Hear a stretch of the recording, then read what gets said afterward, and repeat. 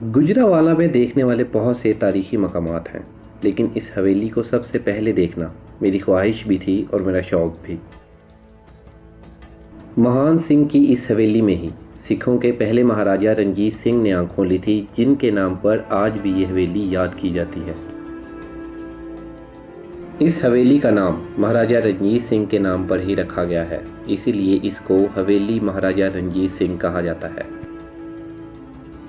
इस हवेली के अंदर जाने का रास्ता मुझे काफ़ी मुश्किल से मिला, क्योंकि ये रास्ता इस कदर छुपा हुआ है कि इस रास्ते को ढूंढने में मुझे 3 लोगों से पूछना पड़ा था। 13 नवंबर 1780 को इस शानदार हवेली के इस कमरे में ही महान सिंह के बहादुर सपूत रणजीत सिंह ने अपनी आँख खोली थी।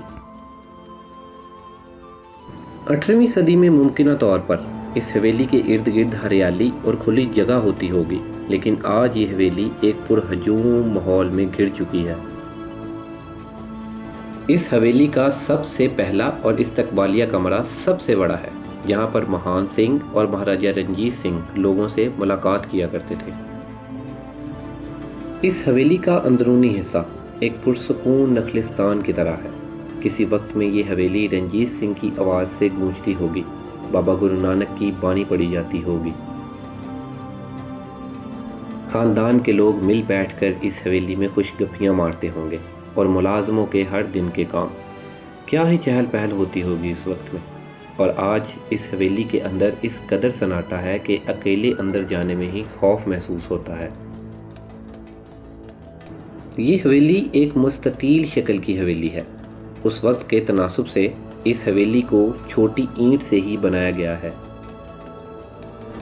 इस हवेली का पीछे वाला हिस्सा अंदरून गुजरांवाला से जुड़ा हुआ है और उसके सामने एक खुला सा मैदान है, जो शायद किसी दौर में एक बाग हुआ करता था।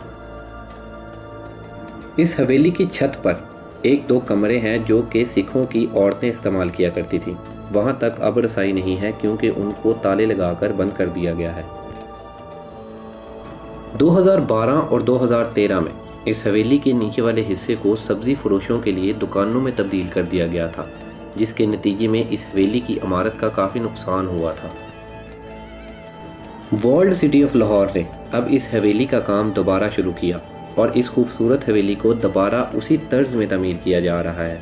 इसीलिए ये अब टूरिस्ट के लिए बंद है और उम्मीद है कि ये बहुत जल्द आवाम के सामने एक बेहतर हालत में खोल दी जाएगी। क्योंकि ये हवेली काफ़ी देर से बंद रही है और ये काफ़ी देर तक टूट फूट का शिकार रही है, इसीलिए मुकामी लोगों के मुताबिक ये हवेली आसेब ज़दा है, लेकिन मुझे इस बात में कोई सच्चाई नज़र नहीं आती। इस हवेली ने भी क्या कुछ नहीं देखा होगा, कभी सुहाने दिन तो कभी खून रेज जंगे। आज भी कितनी ही यादें समेटे ये हवेली अपनी उसी जगह पर कायम दायम है। आज भी हमारे बहुत सारे सिख भाई इस खूबसूरत हवेली को देखने आते हैं, जहाँ पर उनके पहले महाराज रणजीत सिंह ने जन्म लिया था। तो दोस्तों, अब मैं आपको मिलूँगा गुजरांवाला में ही मौजूद किसी एक नए तारीखी जगह पर। तब तक के लिए स्टे ट्यून्ड।